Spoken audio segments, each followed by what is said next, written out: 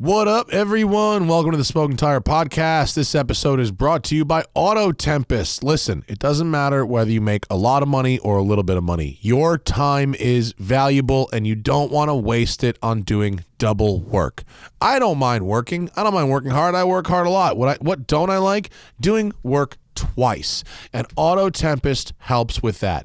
You see, what they do is they take all the used car sites all over the internet and they bring them together into one place. You know how when you go to a new car site, you gotta or a used car site, you gotta fill in all these terms. I want a 2005 convertible with this and this miles, this far from here, with these many options. Da da da da. It's just ridiculous. And you have to do it over and over with every site.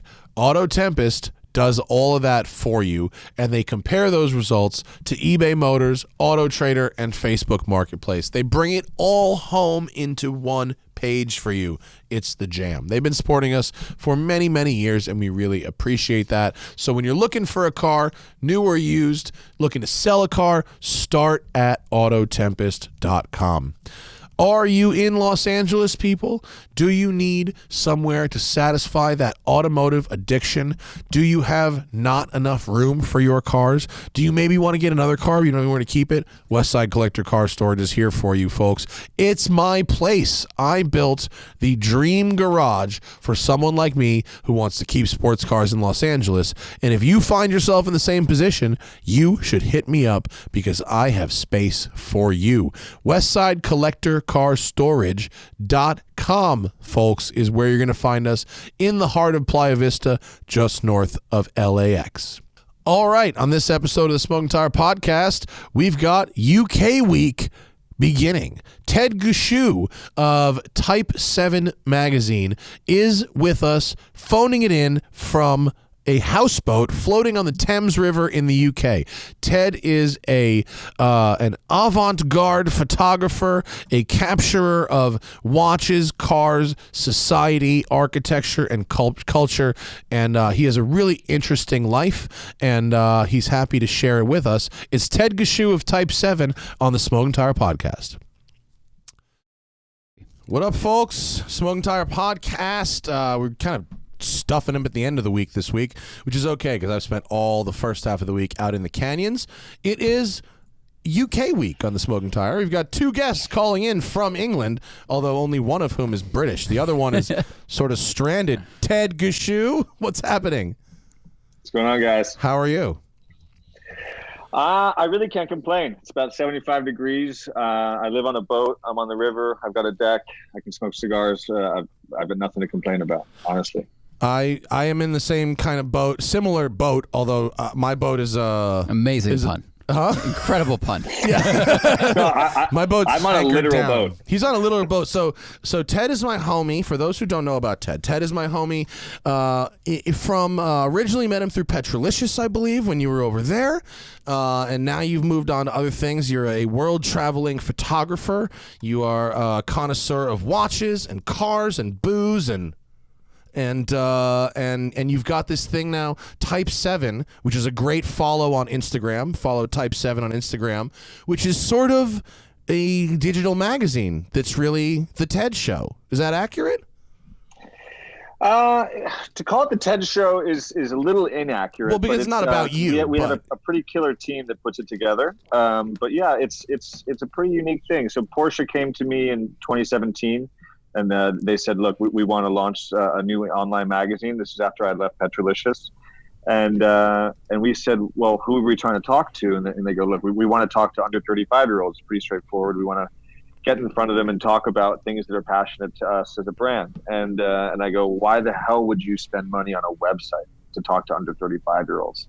And as you must know, Matt, talking to a certain age demographic on a www website is a dying art. And it's something that I used to pride myself on, but we just see everyone moving towards Instagram in a way that made me feel really confident to pitch them the idea of a daily magazine on Instagram.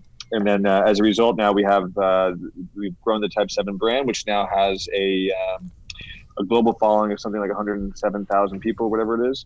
And then we do an annual printed publication that comes in the form of a bound book So we're trying to straddle those two, the disposable, the daily disposable, and the long-term, it's in your home, it's part of your life.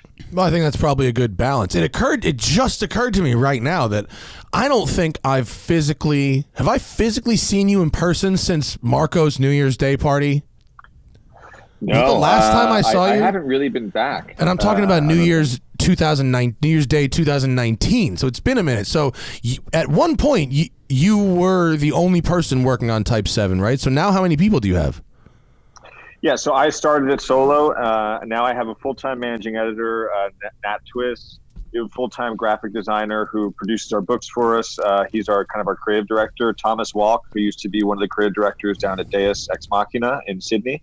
So he lives full-time in Sydney. We all telecommute.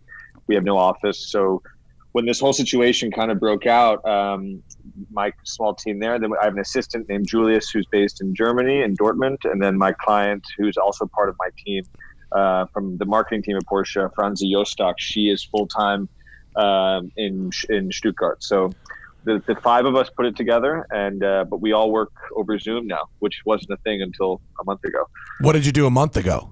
Phone calls and Slack? Yeah, we were just on WhatsApp. We weren't even we're all such millennials and I guess Gen Zers that for us it's so natural just to constantly be texting each other creative ideas.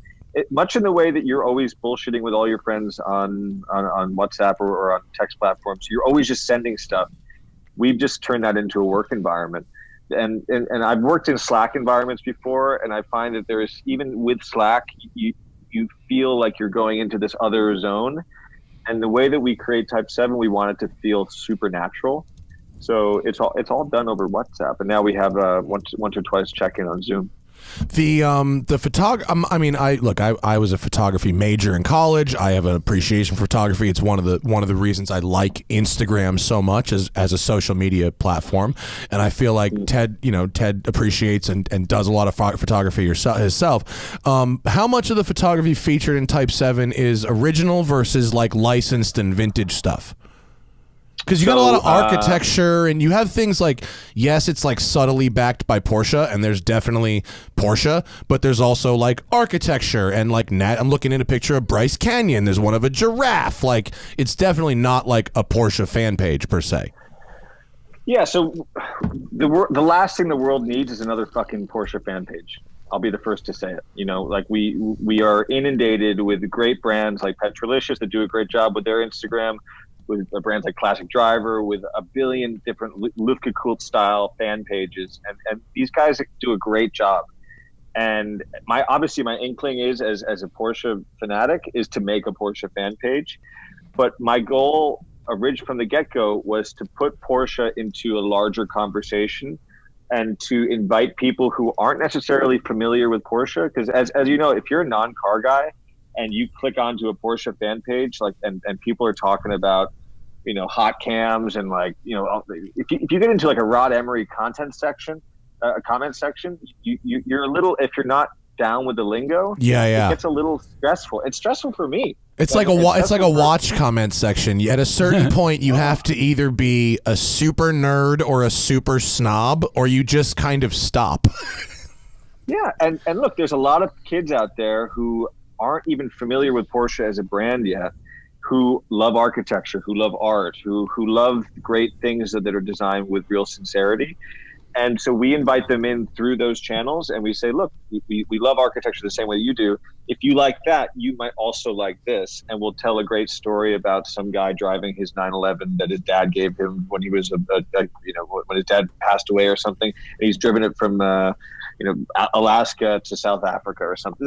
We'll tell the same stories that we've loved telling for a long time over Petrolicious or other different types of magazines like that, but we've distilled it down into this really tight little format that allows you to really appreciate it. And so our goal is to invite people to the Porsche universe, not to necessarily be the be all and end all, and vice versa.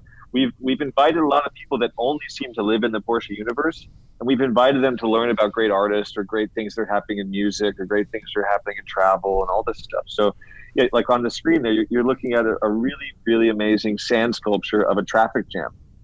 That is an amazing sand sculpture. How big are those cars? Is that life size? That's awesome. That is life size. That fucking rules. Where is that? Miami?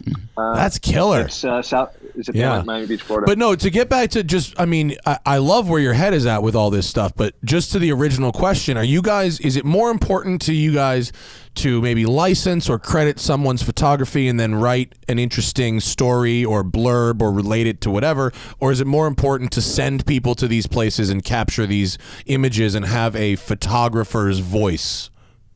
We do both. I would say it's 50-50. So, for instance, Stefan Bauer, you might be familiar with him from Instagram. Hell yeah, he rules. Great. No, he came to Iceland with us. He was the man. Yeah, Stefan kicked ass. Yeah, I just sent him a wire transfer today for 2 big photo shoots, and we get that money, Stefan. I've worked in the editorial space long enough. I know what I was able to pay with the budget I had at Petrolicious. I know what Classic Driver is able to pay. Luckily, I think we're paying really competitively for an editorial page, if not significantly higher than most of the other editorial pages. So we're always on the hunt for new photographers who are looking for great work. And we're also always able to license people's their back catalogs. So, while yes, sometimes photographers will send us, say, hey, this is kicking around. Would love for you guys to post it. We're happy to post it. But if we come to you and we say, hey, we want a really great photo shoot of XYZ, here's the budget, and then it's a much more straightforward editorial model than you would normally see with an Instagram. Most of these Instagrams that you see out there are predicated on stealing content. Totally. Yeah. If not stealing, at least assuming that a tag is worth.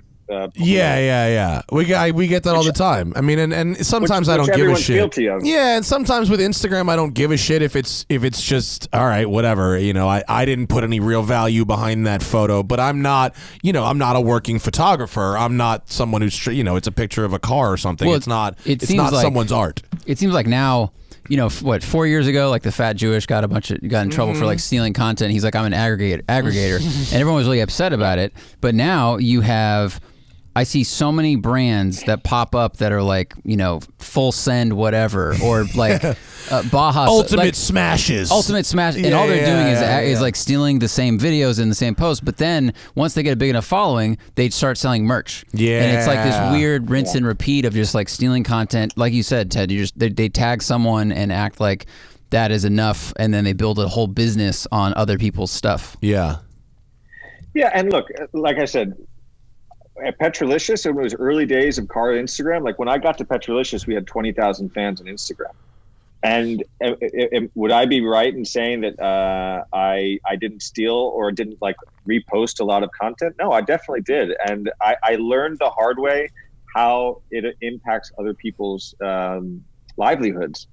And I kind of swore to myself as I got further down the line at Petrolicious, and it became clear to me that the editorial budget we had there just wouldn't let me treat people the way I wanted to treat them. That I would always try moving forward after I left that project to treat everyone fairly, because I'm one of those people. I am a photographer, and I've been on the end of that email where I say, hey, I need you to do 2 days worth of work for $100. and by the way, I own your work forever. Yeah, right. I've been in those meetings before, and I'm like, fuck that guy. I don't ever want to be that guy again. It's good to recognize that that's a person that you can become and to actively resist it. It's super hard in 2020 to do that. Just nobody, not nobody, but unless you're backed by a corporate client, it certainly helps a lot. But if you're literally an independent editorial outlet without a real corporate backing, it becomes very, very difficult to pay someone a living wage, that isn't, the whole face of that media thing, even at a Hoonigan or something, I bet you, I don't want to imply they're shorting anybody, but I bet you it's not an easy way to make a living, But then I can also picture our buddy Okolsky in editorial meetings where they're talking about social strategy, and there's got to be some feeling of pressure. Hey, we got to do more repost content. Yeah, because it's the cheapest drug to putting high quality content onto your page, and I think brands that either have the means, like we do, because we're backed by Porsche AG, or magazines like Road and Track or Car and Driver that have real business models behind them, as evolving as they are, they have some sort of moral obligation to treat the people that make their business possible well. And that's always been the case forever and ever. You talk to Jeff Zwart, the dude has made a lot of money and a lot of great content over the years for a lot of great people. But he was always compensated in the era that was, In fairness to Jeff, kind of he was working. I mean, and still is working, but at peak Zwart, the kind of thing that he did was very appreciated. You know, when you're shooting film and you've got assistants, and it's the whole, back in the 80s and 90s, and I'm sure, Ted, you know the stories from Jeff himself, and he's told some on our show. He was paid crazy amounts of money to shoot Porsches in the 90s on film. And because he was the GoPro. Yeah, there was no GoPro. No, Ted, how old are you? 31. Okay, I'm 38, and the year I graduated college, as a photography major, mind you, the year I graduated, two things happened. First commercially available digital SLR and Craigslist. And that was like the end of mid-level commercial photography. Good enough became anyone with a DSLR. So is that where your amateur pornography career started? Yes. Fortunately, the Bears. I'm a bear, and but you're right. That period of time where the professional photographer was really kind of the king. Sort of took a nosedive, and I think now certain places that are really dedicated to producing really high quality content are starting to bring it back a bit. And look, it goes both ways. We don't have photographer guilds anymore. We don't have organizations dedicated to making sure that photographers aren't giving away their work. There are lots of young guys out there and girls who are more than happy to do it for exposure, and God bless them, because I was also one of these people. And it's difficult to it feels like a do as I say, not as I do kind of thing. To be like, don't get yourself out there, don't get exposure, always demand the money. But also at times, I know that if I didn't personally, as this generation's version of sustainable, yes, we'll never be Zwart, filming F-22s plane to plane while we're dangling out of the back of the jet, like with a, whatever. Like we'll never get there probably. But I think we'll get to a place where everyone's a bit happier. I think there are some folks that are at that level with a very specific, highly technical skill set, but it's not the same as before, where it's the guy with the camera and that eye and the ability to make film really work for you, which is a real talent, as well as something that can be taught and learned. Tom, what are you shooting on these days? What rig are you shooting on? I can grab some stuff. Do you want to see it on the video? I got all my stuff. If it's handy and not too far away. It's right here. Hey, car folks, me and Ted are gonna have to nerd out on cameras for a minute. Sorry. Back in the day, I used to shoot medium format, and I shot on a Mamiya RZ67, which gives you a negative that's about 6 by 7 centimeters. Not about, exactly 6 by 7 centimeters. Just an awesome thing. When you actually do the conversion to how many pixels those were. Oh yeah, it's something like 140 pixel image. Yeah, megapixel. 140 megapixel for medium format. I shot my senior thesis on a Toyo 8x10, dude. I lugged an 85-pound wooden camera out to the desert to shoot that shit. What do you got there? Because I know you're a watch guy as well, so I picked up the Hodinkee Ghost Edition Leica M10P with the 35 Summilux. So it's kind of like a ghost gray, and they did a special edition for. I like that. It's cool looking. Oh, the strap is cool. It's like a real rope. It's like a real nice thick rope. That's a bitchin' strap. I really like that. Very cool. I put them on all my cameras. So I got the Q2. Which really? I think when I first met you, I was shooting the Q1. Now they got the Q2. Does Hodinkee's just sell that strap? That rope strap? I think Hodinkee might, but you can just also buy it from Leica. Oh, really? Oh, cool. All right, awesome. So are you a Leica guy then? Well, you know Matt Jacobson, right? Yeah, Matt Jacobson, famous videographer, cinematographer, worked with Ken Block. That Matt Jacobson. Matt Jacobson, Birdwell Britches, Matt Jacobson. Exactly. Who the fuck was I just thinking of? Matt Johnson. Matt sits on Matt's like one of my mentors and one of my biggest heroes. And Matt was one of the guys instrumental at Facebook for buying Instagram. and he's a lifelong photographer, and he's on the board at Leica, and he pushed me in a way that if he didn't push me to pick up a Leica, I wouldn't be a photographer today. Why is it the camera inspired you to be a photographer? When you make that much financial commitment, when you have that little resources, you become a fucking photographer. I'm sorry. Yeah. And that's kind of how I've always been in my life is, I get to the point of no return and then I just keep going, I guess. Do you find the Leica is that much more special dollar for dollar than the more mid to high end cameras as opposed to the extremely high end camera like that? I don't advise Leica for everybody. Leica really suits the way in which I see the world and the way in which I seek to capture it. And it's a very static way of doing so because the lenses are all prime glass. Right. So they're all fixed lenses. So like my 35 millimeter 1.4 is a super fast lens that can shoot in really low light. But it's a fixed 35. So you've got to be prepared to shoot only at 35 for that day. Does Leica not make any zoom? They do, but Leica purists don't fuck with it. It's, if you're a Leica guy, you shoot fast glass because that's why you're doing it. Otherwise, if you're shooting at f4, f12, there's way better cameras and way cheaper glass that'll do a way better job. So Leica's the nightlife run and gun. That's the thing. You can shoot in the nightclub with it because it's the really fast portrait glass, right? Yeah, you can for sure. And some of the lenses use just technology that was developed like 50, 60 years ago in collaboration with NASA. So like when you get down to the 0.95 aperture level, you're talking about a piece of glass that costs like $7,000. Yeah. And they also make incredible cinema lenses. So the best camera always is the one that's with you. I use my iPhone 80% of the time, it feels like. Yeah. But for whatever reason, Leica is not a good camera. It's a piece of shit camera. It's an old camera with new technology inside of it.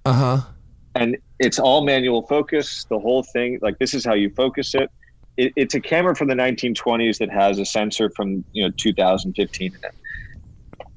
But for whatever reason, the combination of that 1920s aesthetic that makes you take your time and really think about what you're doing, it slows my brain down, which is really ADD, and it allows me to almost just stop time in that moment and just really think about it, and I just take one frame. Yeah. Now, if you talk to Larry Chen about the way he shoots, he's doing 10,000 frames a day. Yeah, he does. He shoots the grids too. I love what Larry does is crazy because he'll basically turn his giant frame into an enormous like Jeopardy game board, squares, big like squares. Yeah. He breaks it down into like 100 squares, and he'll shoot in rows. And he creates the grid and stitches it together. It's fucking nuts. And that's how the picture of my Countach is 120 megapixels because it's all these 30 megapixels like stuck together. It's fucking crazy. But like what Ted's talking about is so satisfying though. What you're talking about when you hit that click and then you immediately one click back to life. Right? You know what I mean? And it's also, people act very differently around this object because the object looks, you saw it the second I held it to the camera, you go, ooh, what is that? Yeah. It's an intriguing looking object. It looks friendly. It looks old. It has such a great vibe and a great energy that especially when I'm around people, let's call it people like Bruce Meyer, people that are like, big collectors that are typically lens shy or typically like they don't like to put themselves out there. 9 times out of 10, if I'm photographing in these environments like I was for Petrolicious or like I've been for other clients and before Type 7 and now since, people just open up in a way that I've never seen before. But when you see Larry Chen come through with that massive fucking rig, it's a little bit like, whoa, okay, paparazzi. Like, I thought we were friends, like. He was a paparazzi. Did you know that? Did you just say that by accident or you knew that? Okay. Yeah, no, exactly. I'm a huge fan of his. The one thing you have to know about me is I'm a fan of every photographer that I meet because I learned so much from each of them. So I found my weird little style that works for me. It's comically cost prohibitive, it's expensive to the point where I'm forced to use my gear. I think if I had cheap gear, I might find reasons not to use it. Yeah. But now it's like I'm looking at like a significant investment that I have to go recoup. Are you shooting? You're not shooting film, are you? Are you gonna shoot film? Yeah. I've got my M6 right here. Oh, there you go. What film are you shooting right now? What do I have in here right now? I've got 400. I've got what is my 400 I'm shooting right now? I haven't shot anything in like 2 months. So that would be. You got to do your like daily houseboat sunset. That's what I'm doing. My film camera. My film camera is sitting right next to my balcony, and all I'm just doing is getting a sunset every day. I bought an old Pentax K1000. Oh yeah. Like it was like literally the camera I had when I was like 13. And I bought the camera for $90. It cost me $300 to service it. It took 6 months, and I took it to Tahiti and I shot Velvia 50. Oh, my favorite. Yeah. The positive film, the richness of it was it was so addictive, and that click clack. Oh, I love it. The fucking shutter on that. The sound of a Leica film camera as well. I had a girlfriend once who described it as the audible embodiment of slicing off a piece of time. It sounds like you're taking a sausage, like a ka-chunk, and you use a machete, and it just chops off from the sausage. Those are good words. I was gonna say, if you really want someone to like open up to your camera, you gotta pull out like a Hasselblad or something where you look down. If you're not even looking at them and you're looking where you're the where you're the least threatening position possible. Yeah, where you're under a hood in a bellows. Yeah. Like it looks like you're trying to hold your third breast from Blade Runner. Yeah, basically. Yeah. So you mentioned before we started cruising that or recording, I should say, that the quarantine in London, you're basically stuck on the boat. I'm allowed to exercise. I'm allowed to go out theoretically once a day or twice a day if I want to go to the groceries. I am allowed exercise, so I do like a 2 to 3 mile run and then a 5 to 8 mile walk, just to clear my head. And I end up taking all my meetings on the phone anyway, so just walking through the city.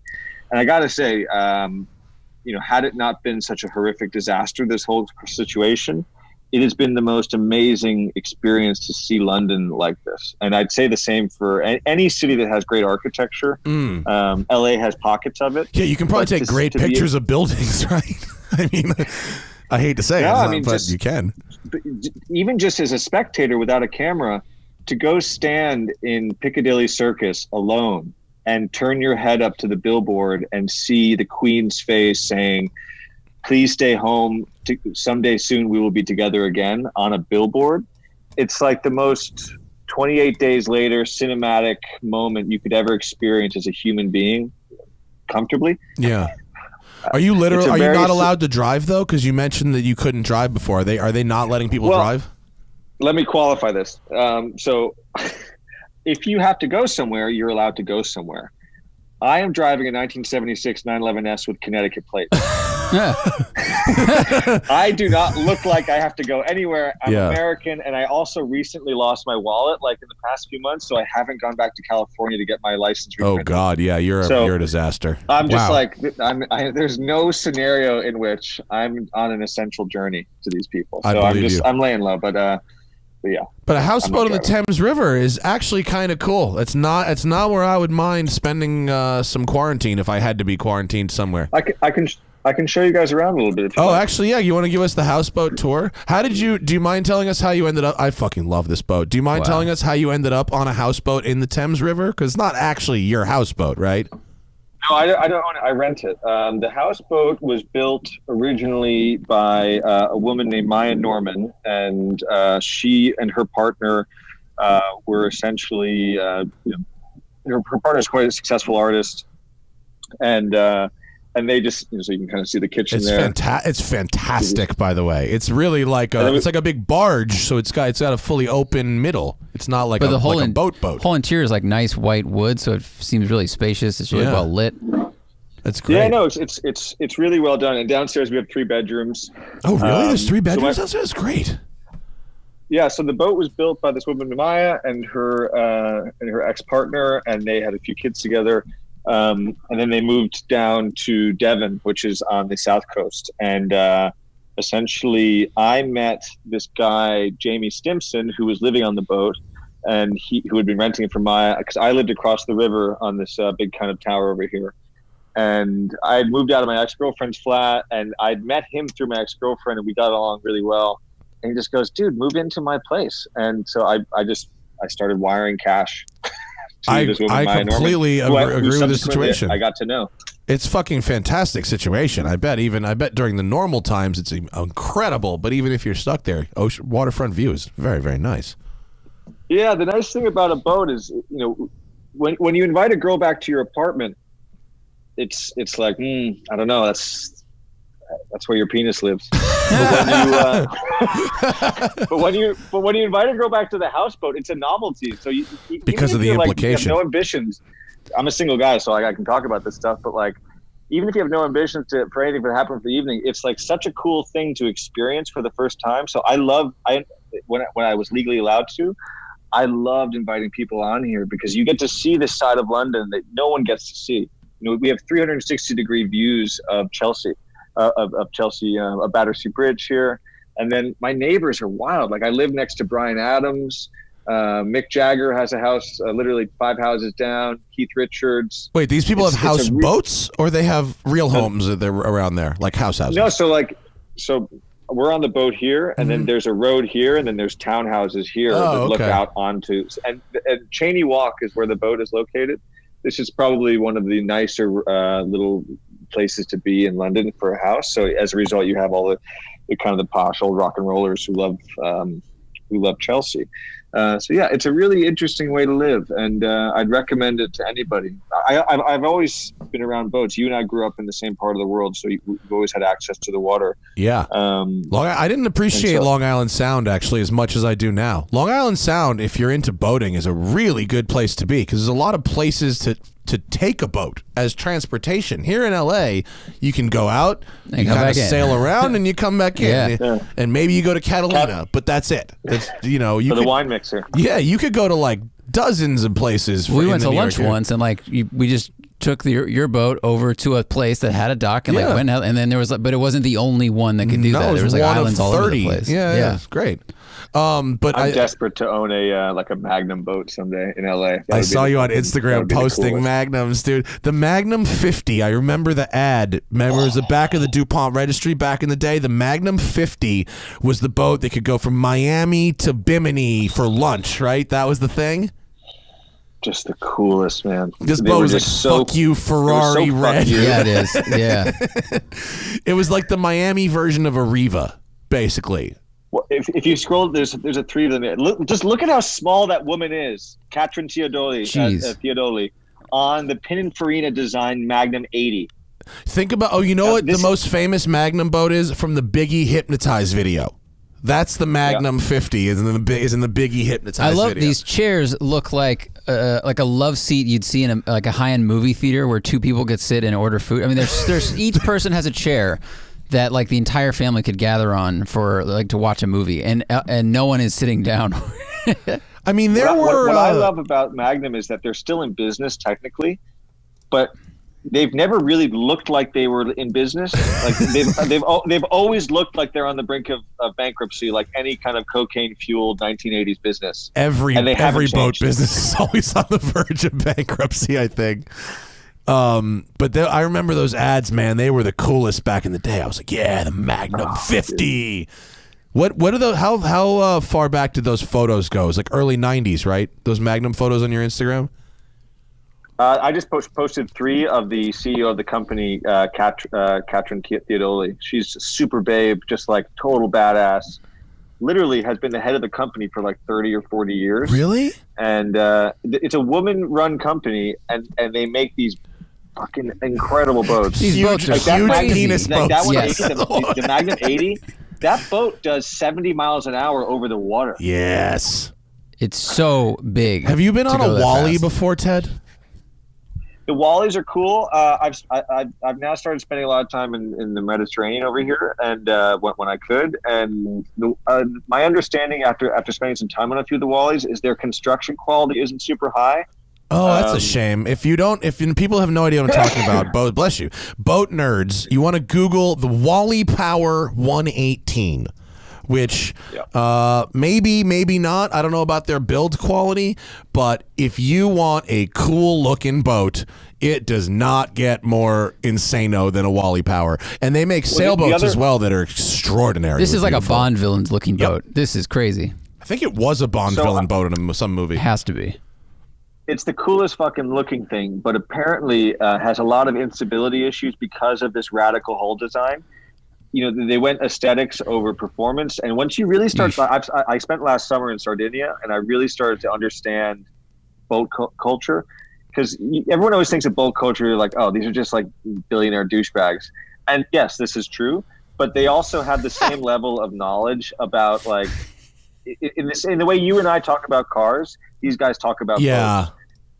And there's certain things that you're like, I don't know what the example would be, what the equivalent example would be, but maybe this boat is like your notch, like your Fox body, like until it's like comically modified, it's just wrong. Well, this is like a tea bucket.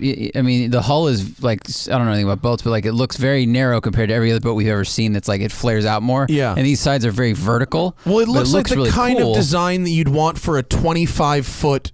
Like Van Dutch does something that's similar, but scaled down to like tender sized. You know what I mean? It's like a 5 or 6 person cruising around boat.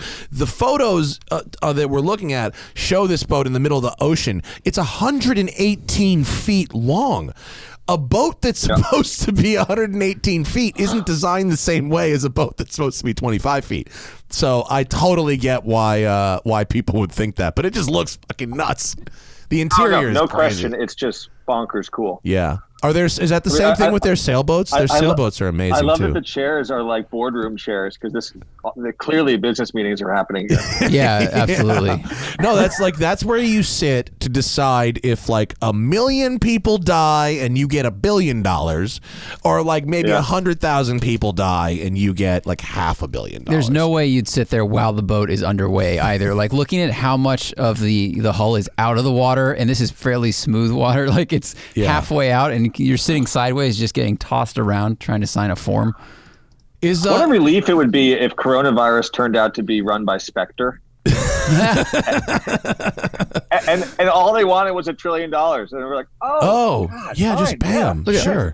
All this money, and look at the size of this TV. I'll tell you something. The Wally Power 118 came out, what, Ted, 10 years ago? Maybe. It's actually kind of an old design at this point, so I wouldn't be surprised if the photos are showing some old LCD screens in there.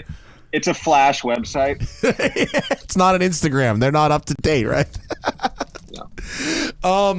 What are some of your... Oh, I know what I wanted to fucking ask you about. You spend a lot of time, or at least your photographs imply that you spend a lot of time in St. Moritz, which is somewhere I have wanted to go my whole life.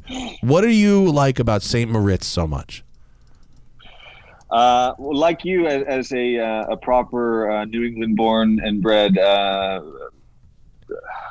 upper middle class idiot, we believe that there is some sort of mystical quality to the Alps because they are intrinsically classier somehow than what we had access to in Vermont. And I grew up skiing my whole life. I'm guessing you did as well. Yeah.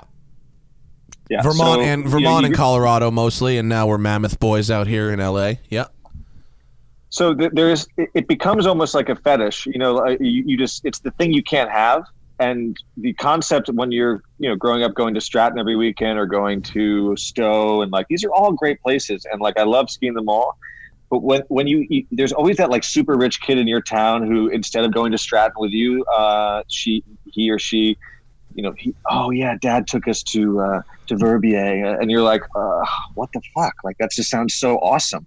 And eventually, I finally had to go check it out, and I checked it out in September 2017 because they have the Bernina Pass there, and obviously, as car guys, we kind of all worship these transalpine passes like the Goddard Pass, the best, Grimsel Pass, Suston Pass, the best. All of them. The Julier Pass, Clausen Pass, all of these passes, they have a mythical quality about it.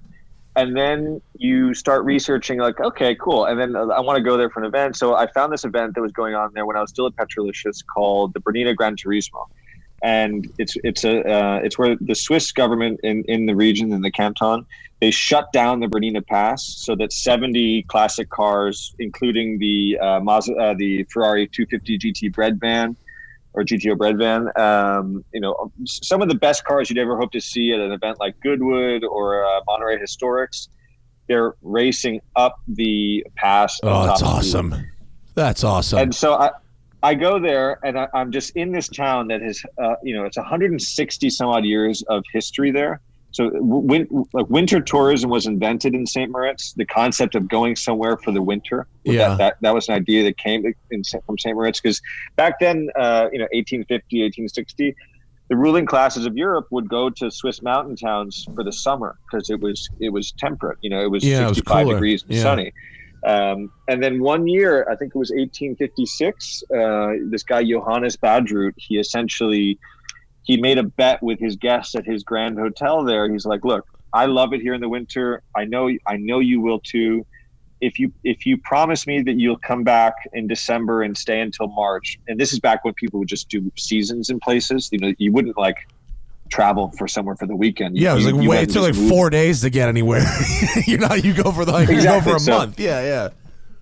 And so you would go, and he invited his core group of guests. He said, "Come back, spend Christmas, New Year, and February, March here with me, and and if you don't like it, I'll pay for everything."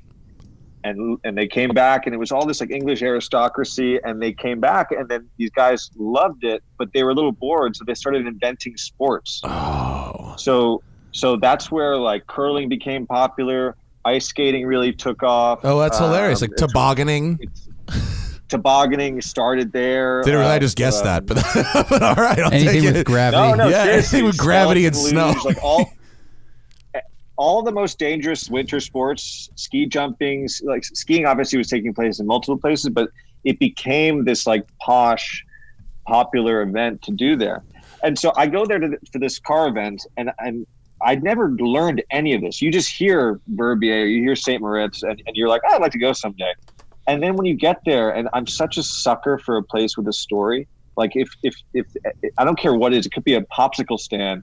If it's like, oh, FDR used to eat popsicles here, I'm like, fuck it, I'll take 5. Yeah, I know exactly what you mean. So, and I get so swept up in a story, and I totally fell in love with the place because it is preposterously beautiful, and the architecture is incredible, and the history is incredible, and the people are incredible, and the characters that work there.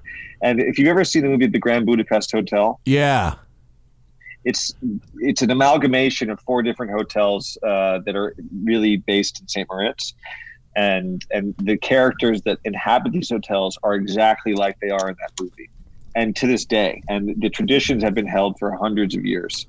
So you're just in these ancient environments, and you end up, and because of my relationship with the car community, I ended up meeting a lot of the people that were important in the town very quickly, and finding out that like, look, this is where I want to start coming. And when you live in London, it's $100 round trip flight to Zurich, and then you take a train. So it's not that cost prohibitive. It's not like living in LA and you need to fly business class because it's a 16-hour flight. You're going to fuck your back up. It's like, oh, I can just go for the weekend. Yeah. So I did a whole big story about these guys, and I met the director of marketing for the whole town. Like the town is incorporated like a business.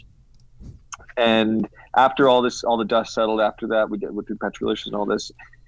They came to me and they said, look, man, we've never heard of you before. We didn't know what Petrolicious was, didn't know what you are, didn't know your Instagram, any of this stuff. But in the 48 hours you were in our town, you brought us 5,000 new organic followers to our Instagram channel. And they had this whole list of data of things that I'd done that I didn't even realize I did. And they go, we love it. We've been paying, Slovakian butt models to come here in bikinis and hot tubs for years, and we get nothing out of it. We'll get 3 followers. Yeah, because the married guys don't want to fucking post about that shit on their Instagram. Right. It's not like Ronald Davis, CEO of Zurich, blah, blah, blah, is now following Irina Nemkova. Yeah, he's regramming all her posts. and like their corporate communication was pretty stereotypically like high-end Euro trash, winter. And I still had this romantic vision of it from when I heard about it from my parents and like Slim Aaron's books and all these things. And so as a result, they said, look, we would love to make you an offer. Would you be open to becoming our global ambassador for the town so that you can help other people understand what happens here? Because it was like an immediate simpatico relationship. That's hilarious. I didn't know any of this shit. I just thought you liked it. I was like, oh, Ted really likes St. Moritz. I should ask him about this. No, I'm on my third year as their official global ambassador. That's hilarious. That is, do you get a fucking outfit? Bro, you need a uniform for that. That's a uniformed position. It's quite funny. So yeah, I go there for the winters now. I rent an apartment there in town. Oh, you use the word winter as a verb. That is excellent. I give Doug DeMuro shit all the time because he summers in Nantucket and he uses the words. I was like, "You're whiter than me." You use summer as a verb. Oh, fuck it. He's got that YouTube money, man. Yeah, Doug does well. No hate, all jealousy. The photos on the Bernina Gran Turismo site are awesome. Isn't that sick? And those are all being driven by like the kind of people you meet in St. Moritz are the kind of people that you can't Google. Yeah, that makes any sense. That's a lot of fucking sense. Awesome way to put it. I really like that. And the richest so dude you've never heard of and can't even find nothing out. You're like, Klaus Hergesheimer. You're like, what? Who is this guy? And you're like, oh yeah, his great grandfather started the chemical company that started blah blah blah, and now he just sold for $70 billion. And you're like, what? Yeah. What do you do? Never fucking nothing. No, seriously. I do nothing. One of the coolest things I think in St. Moritz that I've seen on your Instagram is that event they call The Ice, which pretty much just looks like a frozen lake and they turn all these guys loose in their old classics to spray snow everywhere. It seems like a good time. Oh my God, that seems like the best time. What's the Instagram for that? They get 40 of the rarest cars in the world. What? These are like Pebble Beach lawn quality, but usually focused on like a more of a 1950s, 60s, 70s aesthetic. And they invite all the owners. It's free for the people who participate, or it's like $50 entrance fee. And you can't ask to be part of it. You have to be invited. What's the hashtag, Ted? So Zach can get some pictures. It's just The Ice St. Moritz, I think. The Ice St. Moritz. Yeah. So the event was canceled. It was one of the first victims of COVID. It's the photos from The Ice St. Moritz is a phenomenal Instagram channel, Instagram page to follow. And it actually, I have to be honest, because I've watched the video of it too, and Ted will probably back me up on this. It looks incredible in still photos. It kind of sucks on video because they're not going that fast because they're old cars sliding on ice. It's not a driving event. It's a static concours that has a driving element, so a demonstration element, but it's when you get there, you appreciate the magic of it. And I actually find that I wasn't like wanting for any racing, because for the racing stuff, we go to GP Ice Race in Austria with the Porsche family. Oh. And they put up, they organize a proper actual ice race, and they build a track and everything. So this is in between. This is much more of like imagine the Quail. Right. I think this is probably more in line with the vibe of the Quail, where it's all for fun. Except it's much more intimate, and the cars are, I'd say they're on par with any of the best shows in the world. But it's on an actual frozen lake. I didn't mean to imply they were racing, by the way. It happens to be a phenomenal photography thing. If you love old cars and photography, seeing a fucking old Alpha 8C from the 20s or something, like sideways, like spraying up snow, is like an amazing visual. It's fucking cool. Oh, absolutely. That's when are they supposed to do that? February's? We were supposed to do that. Was that the first? Look at the last Countach with weekend the of rack. February, or the first weekend of March? Is it at the same time? It's not at the same time as the Bernina Gran Turismo, right? It's a totally different weekend. It's a different season. So Bernina is after the summer season ends in September, like beginning of September. So everything's obviously up in the air this year. So much like Pebble Beach is now canceled and everything else. So we're not too hopeful necessarily, but obviously we'd be delighted to get back to normal like everyone else. But Definitely fucking goals, dude. I gotta go to St. Moritz. It looks so dope. I love alpine towns. I love après-ski culture. I love snowy roads and all of this shit. Old buildings, everything about it I love. I want you to come, and I want you to do the Cresta Run with me. What's that? The Cresta Run was one of the first thing that these first families that went there 150 years ago built, and it was the predecessor to Skeleton. So it's head first tobogganing. Get the fuck out of here. You do about 60 maybe you can pull it up. It's called at the Cresta Run. You can see their Instagram. There's I've seen it. Yeah, I seen it on your Instagram. I think it looks what the end tower kind of looks like. It's like bobsledding basically, right? But you're head first. You're head first. You're doing about 60 miles an hour at the slowest. At the beginner stage, you pretty much max out at 60. Okay. But if you're anything like me and you're a bit of a speed freak, there's nothing like it. Like it'll immediately make any driving you've ever done. How badly can you get hurt? Very. Really badly? People die for sure. Was not expecting that hurt, but bro, man. I'm telling you something. I'll do it. I'll fucking do it. You'll do this? Yeah, I'll do it. I did not see you doing this. I do it every season, and it's the people that do it are out of there's guys. So I'm only allowed to do it from the midpoint. That's a better view of what it looks like. There we go. You're fucking. This is Skeleton, dude. This isn't like Skeleton. This is Skeleton. No.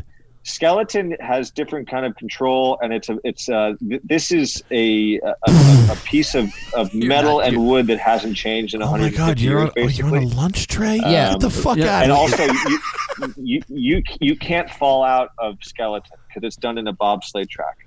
You can fall out of this. So there's more skill involved in this. Oh, so this is like the action park of alpine slides.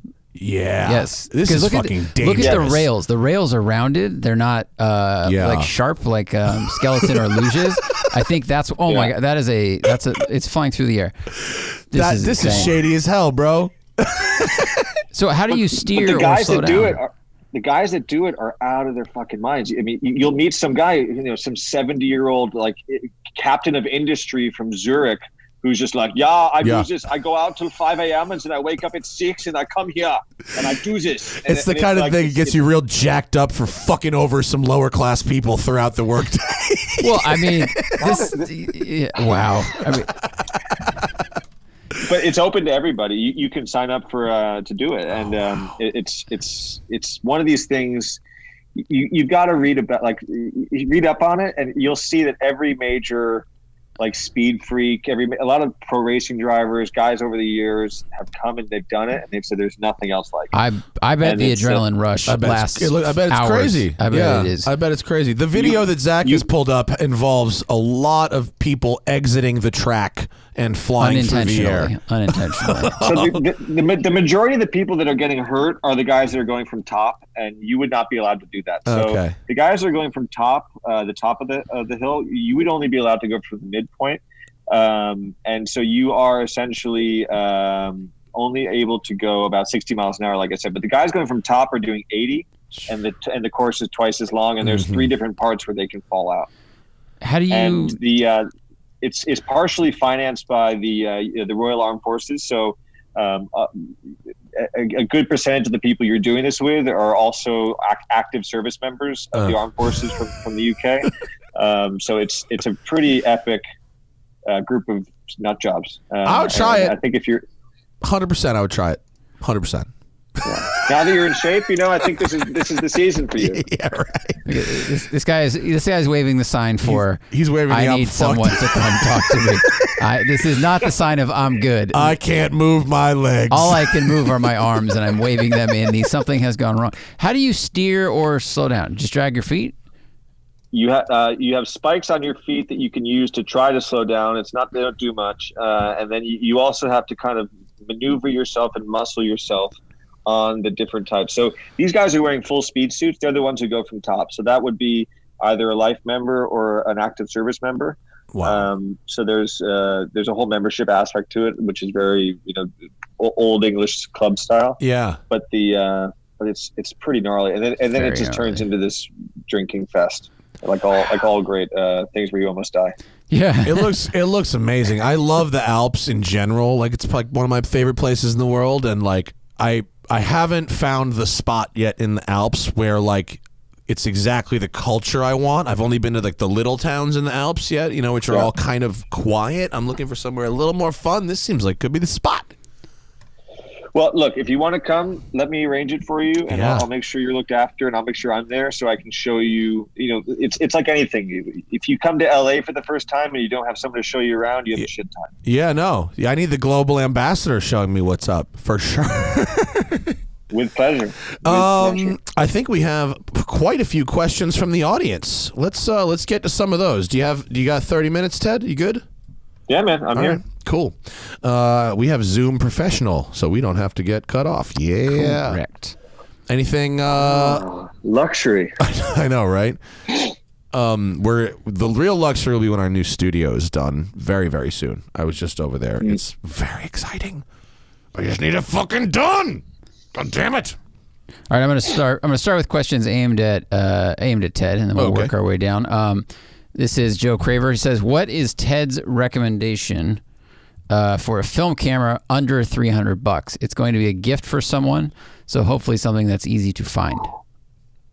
The best scenario, I think, is you could buy an old Canon, basically the kind of camera that Jeff Zwart used to shoot on, that film camera, that pro level, the equivalent of the 5D Mark III, except film. Those are like $150 now. So you can buy those, and then you can buy, I would recommend the 1.8 50mm Canon lens. That's about $120 on Amazon. So if you buy a used high-end, Canon from the 90s, you're going to have an amazing workhorse that was capable of shooting the best stuff in the world by the best people. And it still works perfectly because these things are built like tanks. And then you put a great prime lens like the 51.8 on there. And for under $300, you've got literally a camera that could go shoot any magazine cover or campaign anywhere in the world in 1995 and could still do it today if you print it properly. I like Ted's recommendation there, and I'm going to add it up, throw on top, if it's a gift and they want something a little more nostalgia and a little less workhorse, I think for $300 $300 all in, probably. Like the Pentax K1000 I have is a great workhorse of a camera as well. You can find one for $300 that's just been serviced, or you can find one for $100 that needs a service, and it comes with a nice 50 prime on it as well. I can recommend. Gear Knob says, "What is a good starter DSLR setup on a budget? Main subjects are cars and armored combat. Armored combat. Thanks for the great content. Stay safe." I'll throw out that you can buy used Canon 5D Mark II bodies for like $600. And just like the camera that Ted was talking about before, the film camera, a 5D Mark II will still shoot like a 20 megapixel plus frame. It shoots raw. You have the unlimited Canon lens catalog, and you can do 1080 video on it as well. And they're like $700 for the body on Craigslist, plus whatever glass you want. Yeah, I recommend if anyone's getting into their first SLR, start with that 50, that prime 51.8 that Canon makes. It is such a bulletproof little lens. You can't fuck it up. The actual glass element is recessed. So even if you can't afford to put a filter on it, you're not going to scratch it. Like it's just an awesome little lens, and it teaches you photography because 50 millimeter, you have to remember, is the same focal length as what your eye sees. So you end up learning how to take pictures without even taking pictures. So it trains your eye to always be thinking in terms of pictures. And then when you start looking into other focal lengths, or if you start off with, that's the problem when you start off with a kit lens, is you're half-assing all of these different focal lengths without really learning any of them. So you don't know if you buy an 18 to 75 what 18 really feels. You know what 18 and 75 feel like, but you don't know what 35, 50, 70 feel like. And those are really crucial lens focal lengths that will end up being used for everybody forever. Good tip. Cool. Hope that. Yeah. Chapme says, thanks for keeping the content going. Sentimental value aside, I think there's a watch question for Mateus. If you could keep only your Explorer 2 or your Pepsi, which one would you keep? Oh, if I could only keep one. Me personally, if I could only wear one watch for the rest of my life, my Rolex Explorer 2 42 millimeter is the most comfortable wristwatch I have ever worn, and I would keep that. It's a good one. Ted, I bought a new watch yesterday. I'm nervous. Not nervous. I'm a little embarrassed. You're embarrassed. I'm a little embarrassed about it not because of the watch per se, because I really like the watch. I'm embarrassed because I was influenced. I was influenced by an You were influencer. under the influence. I was not under the influence, but I was definitely influenced by something I saw a celebrity wearing, and it's not a celebrity I like. And so, but you're a fan of design, so you would like it. I bought an Icopod Hemipod. Oh, which dude. is a fuck. And I saw Kanye wearing it on the cover of GQ, and I went, I just got influenced by Kanye. Ah!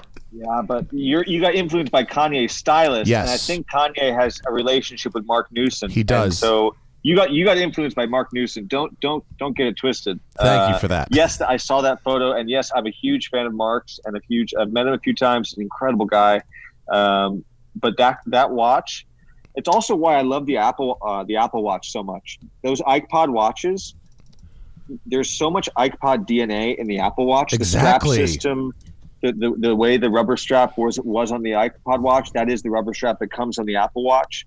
There is so much love in watchmaking in both of those watches, and it's done by somebody who I think is one of the greatest design directors of all time.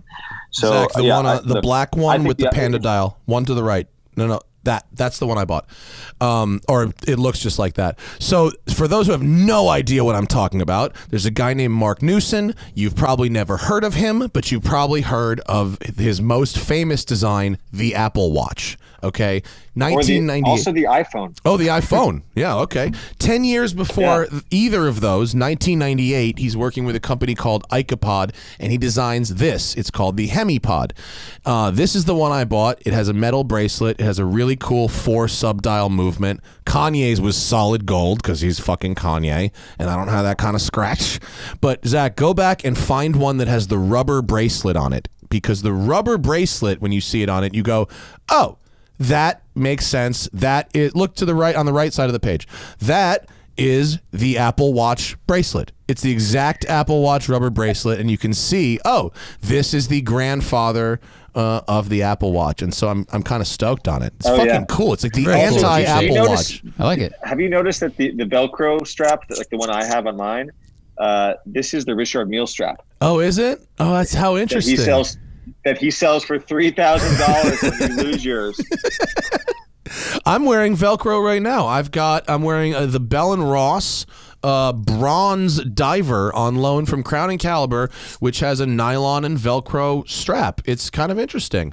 But I'm really stoked. I figured you'd appreciate the Icopod. I'm super, super stoked on it. I got the black rubber bracelet for it, too. Looks like a flying there's saucer. a very special thing happening right now in London. At 8 p.m. every Wednesday, the whole city stops what it's doing, and they cheer in the streets for the NHS, the health service here. Oh, is that going on right now? It's quite cool. Yeah, they're doing that in New York, too. That's awesome. Yeah, it's wild. There's like thousands of people out in the streets banging pots. Really? Can you take us outside? Can we hear it? Yeah. Let's see if we can hear the people cheering for the National Health Service in England. Ain't nobody cheering in LA. But weed is an essential service, so we're... Oh, yeah, look, I can hear. That's cool. They do that every night in New York, too, at like 7 p.m. I'm on a call. People are like shaming Ted for not talking. Oh, the English are so shamey. They love to shame. But I'm not making enough noise for them. It's very special to see that. And the UK is very special in that way, I think. That's awesome. Go National cool. Health Service. Sorry, next question. Yeah, what do we got? Very, very cool. Can you recommend a watch for a college grad gift for my son? He's 6'5". His budget's around $1,700. Vintage or new? Well, 6'5" probably means big wrists, and big wrists mean big watch cases, and that probably doesn't mean vintage. Not a lot of vintage watch is going to look good on someone who's 6'5". They were smaller, right, back in the day? They were smaller. Speedmaster. Speedmaster. Ted is on point. Speedmaster or Seamaster. Used Omega Speedmaster or Seamaster is where I would be. Yep. definitely. Or a Bell & Ross. You get a used Bell & Ross. Yeah. Nice big square case, 45 millimeter, 47 millimeter. Those look good on big, tall guys too. Yeah. I also love those, the kind of the Paul Newman-y looking chronographs they've done over the years. Oh, the new ones, the round ones. Yeah, they're really cool. gorgeous. And the quality is really, really high for what you get, I think, for the $1. They make a nice piece. Nice. Wiley asks, do we have thoughts on funky gear selectors? What was wrong with just a simple sliding lever on the console or the column? Is there any benefit we've seen? So I guess like Honda has theirs on the dash. Pontiac's push button back in the day was terrible. Well, I think, at a certain point, right, when we went from an automatic gear lever, at one point we had a cable on it or a linkage that physically went into the transmission. Once that became no longer a thing, it freed you from needing a traditional lever. And so a lot of automakers went, well, why use a traditional lever? We just really need a switch of some kind or buttons, and we could put cup holders here instead. So I think it's actually kind of a reasonable thing that they would try and find either space-saving or stylistically innovative ways to select gears. Well, it frees up the interior design. You should also look up the Talbot Lago pre-selector gearbox from 1930. You ever drive one of them? They're cool. Work of art. No, I watched it being driven at the Monterey Historics 2 years ago or 3 years ago by what's his name, the big collector who has all the Bugattis. Oh, Peter Mullen. Peter Mullen. Yeah. The pre-selectors from back in the day were very cool. Cord had a really good pre-selector as well. It looked like an H-pattern shifter that was kind of attached to the steering column, and you'd move it to the next gear you want, and then you'd push the clutch in and out, and the pushing in of the clutch would actually change the gear to whatever you'd pre-selected. Kind of a weird system. It was like very cool. It was like you're typing in the phone number for the gear you wanted. Yeah. Oh, there. Yeah. So Zach, punch in on the right side of the steering wheel there, and you can actually see the pre-selector lever and the gears. So you would move the lever before you even touch the clutch, and then you'd punch the clutch in, and it would open and close. It's like having a butler in your car. It's great. Exactly. Very successful in the racetrack because it was just so much smoother, and you weren't crunching gears, so your gearbox would last longer. Yeah. I'm actually surprised that system didn't stick around longer or become the dominant system. It seemed like was it the Hydromatic that fully killed pre-selectors? It might have been. Well, you forget the Porsche Sportomatic was a pre-selector. Oh, the fucking Sportomatic! I forgot about that. I've never driven one of them. Have you? Yeah, they're funky, but they were developed for racing. They developed it to reduce gearbox wear and accidental pre-shifting or basically in a pre-synchro era or a very early synchro era, you didn't have synchro mesh era. You didn't have a lot of room for error, especially if you're ripping it for 10,000 kilometers on the Nürburgring or whatever it is. Yeah. So yeah, it was a very cool thing. Cool. Ed Mello has a question. Thinks he drives 300 to 400 miles per day. Whoa. What aftermarket seats would we recommend for a guy experiencing similar problems that Matt and Zach had? Oh man, 300 to 400 miles a day? Fuck, there's not much that's going to help you there, buddy. That's a big commitment, man. But Recaro. And he's not a long haul driver? It's got to be a trucker or something, right? But who? I don't know. Or like a salesperson or something. I mean, it totally depends on your back issue. Like I just did, twice in 2 weeks I had to do a thing for work where I drove several hundred miles. So did you, Matt. And like for me, I had to bring, and this is a very new car with nice seats, but I had to bring like my inflatable lumbar pillow this time, and that keeps my spine straight. Oh, I bought that one for you. I forgot to bring it over for you. It's in my house. Oh, sweet. I bought you a Tempur-Pedic lumbar pillow to match mine for Safari. Yeah. So like that's what I need for mine, but you may have had a different issue. Yeah, I mean, lumbar support helps for me, but the seating position also helps a lot too, and also the position of my legs. It's a weird thing. There's no one solution to it, but Recaro, if you're talking about for a road car, Recaro makes seats that are meant to go in road cars. They're not race car seats, and I would at least start there. I mean, they have spinal surgeons that work with them. They're OE suppliers, so they're not cheap. Yeah, but neither is spinal surgery. Also, think about how much you adjust your seat while you're driving, because I noticed that like I can keep one good position for about 2 to 3 hours, and then I start needing to, like, if it has a thigh extension, I'll extend it or bring it back, and, like, just displacing that weight into different spots. So if you need that, like, don't get a fixed back seat that feels super comfortable the first time you sit in it. Like, you might need to adjust the angle over that many miles, because that's a really long time sitting in a car. That's if you're doing that every day. Yeah. I went to the Recaro factory before the lockdown, like just after Christmas. Really? And they have a mini museum there of every sports seat they've ever made for a consumer grade sports car. I bet that's and awesome. It was like one of the most eye-opening, like, oh my God, they've made every fucking seat. They made so many seats. And then all the seats, you're like, no way, that was them. And they're like, you turn the corner, it's like, that was them. Wow. Because they white label so much of it. We don't realize how much Recaro does as an OEM supplier. It's unreal to see everything. And there's just so many killer things that they developed in the 80s that are now, like, if you have that BMW from the back of the day, that was the seat to spec it with. And so now we like try to find them, but it was really cool to see them all laid out together. Where is the factory? It's in Stuttgart. So is it? Recaro is Carrozzeria Reuter, which was the first bodybuilders for the 356.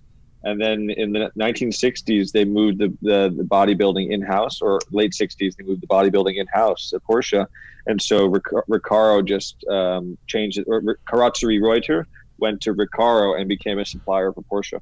I did not know that at all. That's awesome. Next time I go to Stuttgart, I'm definitely going to check that museum out. That sounds cool as hell. It's exactly the level of nerdery I need. Yeah. Yeah. My buddy Danny is their sales director, their global sales director. He's a cool dude. Cool. Good to know. Cool.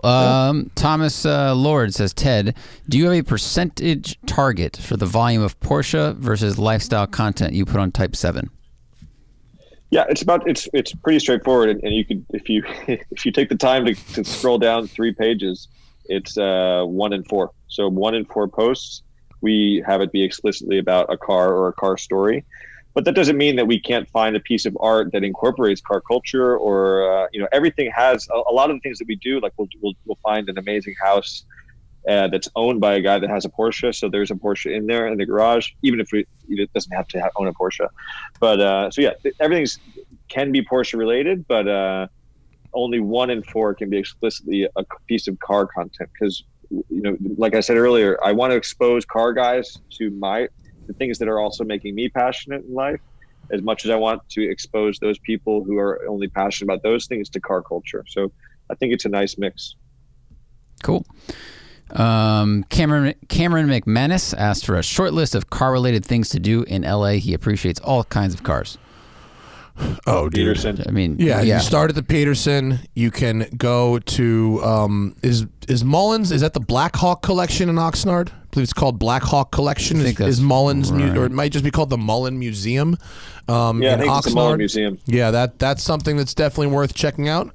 Very, very cool, especially if you like old, weird French cars. Of course, go get a sandwich from Bill's at the Malibu Kitchen. Absolutely. Yeah. Driving the canyons. You can, well, I don't know about during coronavirus, but I think during normal times, Hoonigan's got a little merch store you can go see in Long Beach if you care about that kind of thing. Yeah, Peterson's a big one.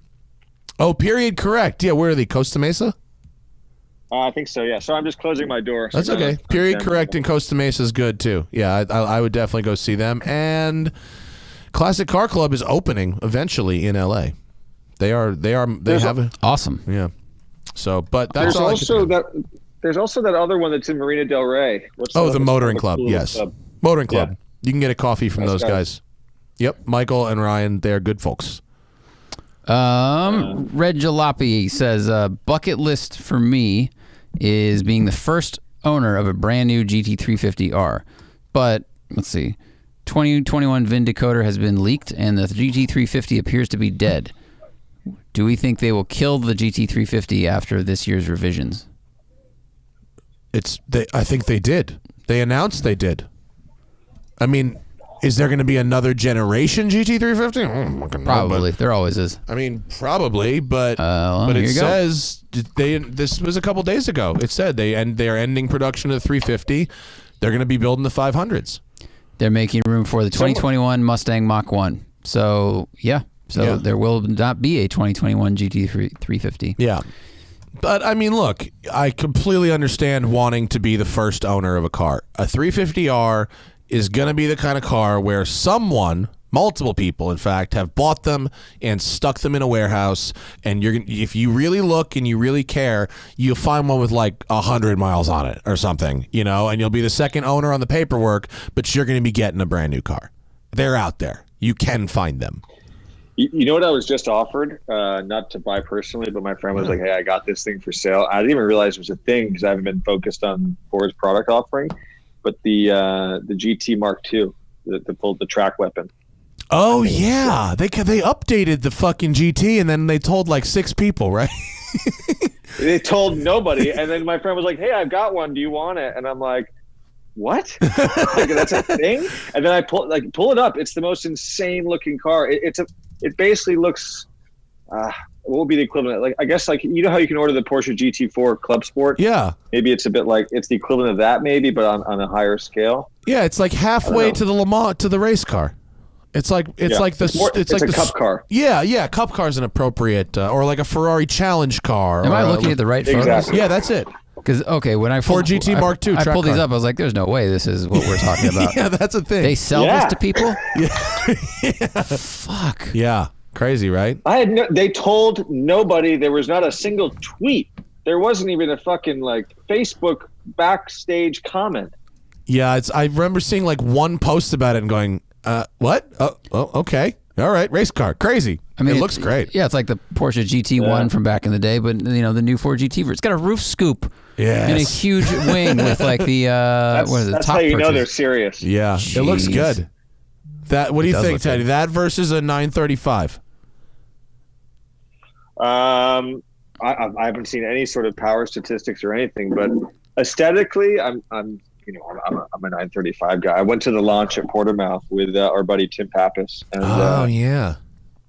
and I got the full rundown when they were all bare carbon too, and that thing in bare carbon is just one of the sickest looking pieces of kit. And then Moritz driving looking. It up at Pikes Peak, right? Oh, is he? I didn't talk to him about that. Is that's a very Zwart thing to be doing? Yeah. Yeah, he just, at age whatever it is, he's like put together a 935 campaign out of thin air. And Porsche's like, of course we'll pay for this. It's the guy. If he wasn't such a mensch, such a fucking lovely guy, you'd want to hate him. Yeah. Well, I want to have him and Bruce Meyer come in here and just have a series of one-up stories for like an hour.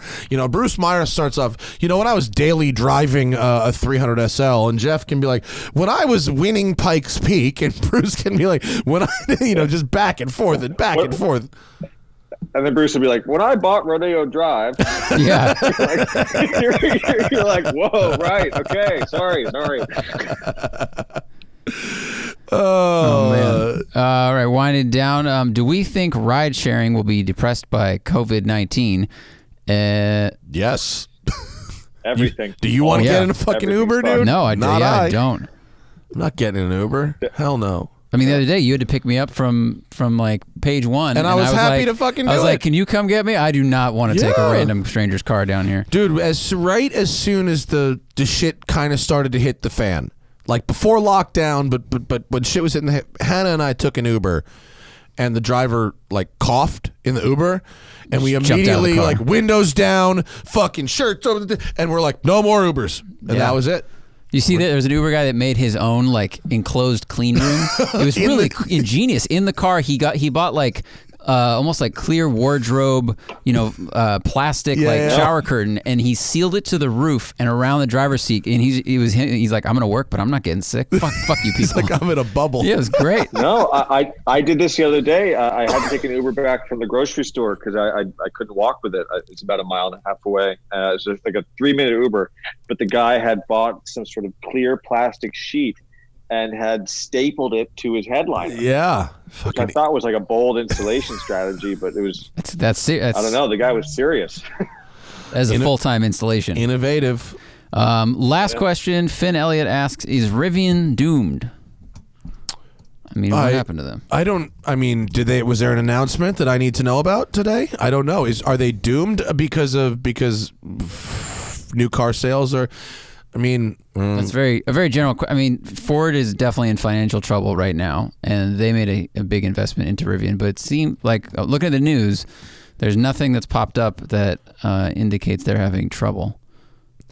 I would wager that every major manufacturer's press room is fully locked down for the next 3 weeks. Yeah, and I think no one's saying anything. I think any experimental stuff is up in the air for any and all manufacturers at this point.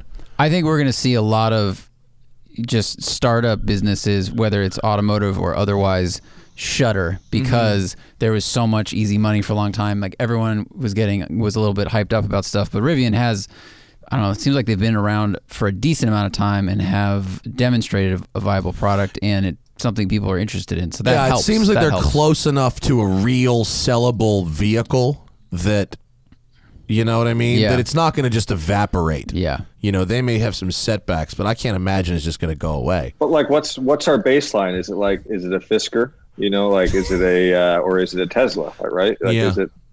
That's a good point. What does success look like? Those are the only two case studies that I have to refer to when someone. I get asked that question all the time because of my relationship with Porsche and because of what I've been able to do, like you, in the car industry for long enough. And yeah, I go, we've got two people who've tried to make something who's actually gotten on the road with a license plate. True. And like, so I think it's too early to prognosticate any of this stuff, especially now.